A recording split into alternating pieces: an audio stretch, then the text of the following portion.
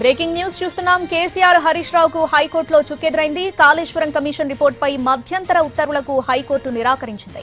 విచారణ 4 వారాలకు వాయిదా వేసింది. మరోవైపు కాళేశ్వరం కమిషన్ రిపోర్టు అసెంబ్లీలో పెట్టి చర్చించాకే తదుపరి చర్యలు తీసుకుంటామని హైకోర్టుకు తెలిపింది తెలంగాణ ప్రభుత్వం. ఇక కమిషన్ రిపోర్టు అసెంబ్లీలో పెట్టేందుకు 6 నెలల గడువు ఉందన్నారు అడ్వకేట్ జనరల్.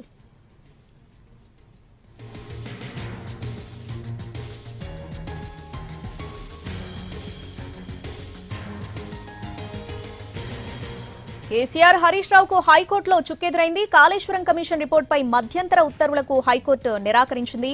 విచారణను 4 వారాలకు వాయిదా వేసింది. దీనికి సంబంధించి పూర్తి అప్డేట్స్ మా ప్రతినిధి శర్మ హైకోర్టు దగ్గర నుంచి లైవ్ లో అందిస్తారు. శర్మ, విచారణ ఎలా జరిగింది, ఎటువంటి వాదనలు వినిపించారు ఇరు వర్గాలు, దీనికి సంబంధించి పూర్తి డీటెయిల్స్ ఏంటి?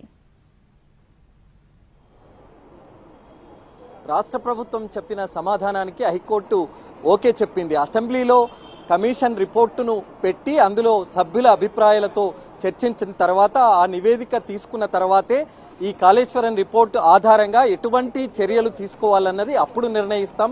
అసెంబ్లీలో చర్చ పెట్టిన తర్వాత అసెంబ్లీ తీర్మానం మేరకే దాని తర్వాత యాక్షన్ తీసుకుంటామని స్పష్టంగా అఫిడవిట్ను హైకోర్టుకు రాష్ట్ర ప్రభుత్వం తరపున అడ్వకేట్ జనరల్ దాఖలు చేశారు. దీనికి సంతృప్తి చెందినటువంటి హైకోర్టు ఏ రకమైనటువంటి మధ్యంతర ఉత్తర్వులు ఇవ్వలేమని చెప్పింది. అలాగే పూర్తి డీటెయిల్డ్ కౌంటర్ 3 వారాల్లోగా హైకోర్టు ముందు ఉంచాలని చెప్పింది. విచారణను 4 వారాలకు వాయిదా వేసింది. అయితే ఇందులో ప్రధానంగా కేసీఆర్ హరీష్ రావులు మధ్యంతర ఉత్తర్వులు కోరారు.